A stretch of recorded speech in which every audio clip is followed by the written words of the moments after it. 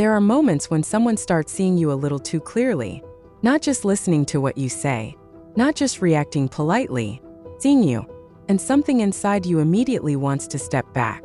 Not dramatically, just enough to move away from the center of that attention. Can happen in very ordinary moments. A partner asks a question you didn't expect. A friend notices something in your behavior. A parent looks at you in a way that feels too perceptive. Suddenly you feel exposed in a way that is hard to explain. Not attacked, not judged, just visible. And that visibility carries a discomfort. Because when someone looks closely enough, parts of you appear that you normally keep blurred. A doubt you don't say out loud. A feeling you haven't fully accepted yourself. A reaction that doesn't match the version of you that usually moves through the world. So something in you instinctively moves away from that moment. You change the subject. You laugh. You minimize what you felt. And afterward it seems small. But that movement away from being fully seen often happens long before you even notice it. This isn't simply shyness. And it isn't that you don't know who you are. Many times you actually know very well what you feel. But there is a strange split that appears in certain moments. One part of you moves toward honesty. Another part becomes extremely careful. You might feel it when someone asks how you really are. And the real answer forms in your chest for a second.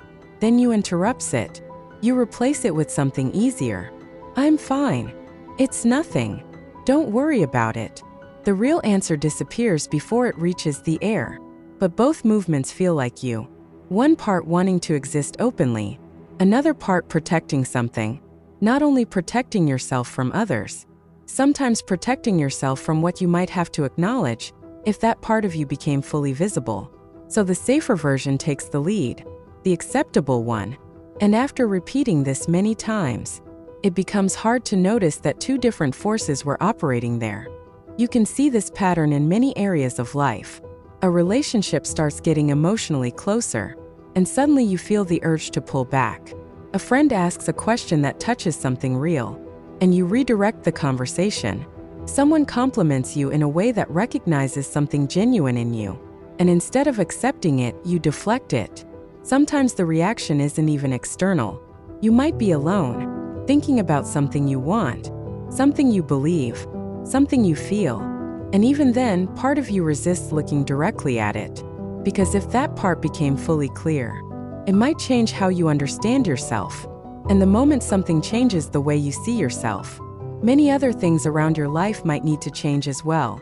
So the mind learns subtle ways to soften that visibility, to keep certain thoughts slightly distant, to keep certain emotions undefined, not because they aren't real, but because once they are fully seen, they stop being easy to ignore.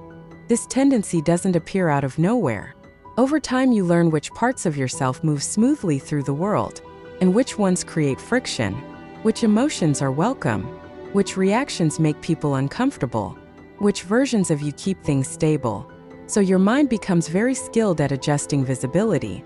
Some parts of you remain clear and easy to show. Others stay in the background, not completely hidden, but never fully exposed. And after many years, this organization starts to feel natural, like that's simply who you are.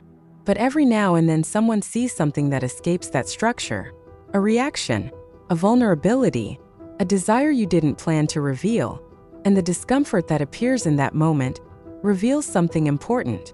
Because if being fully seen only brought connection, why would part of you keep protecting certain pieces of yourself, even from your own awareness?